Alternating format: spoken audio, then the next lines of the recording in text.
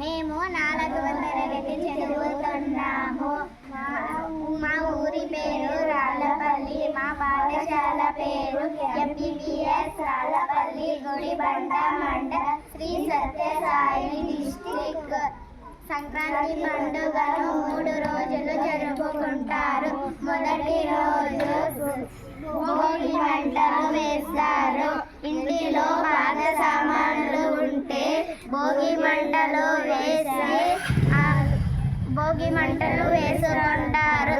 రెండవ రోజు సంక్రాంతి సాయంకాలం భోగి పళ్ళు పోస్తారు. రెండవ రోజు సంక్రాంతి పండుగ జరుపుకొని సాయంకాలం గాలిపటాలు ఎగరవేస్తారు. మూడవ రోజు కనుమ. పశువులను అలంకరించి పూజలు చేస్తారు. ఇది మా సంక్రాంతి పండుగ.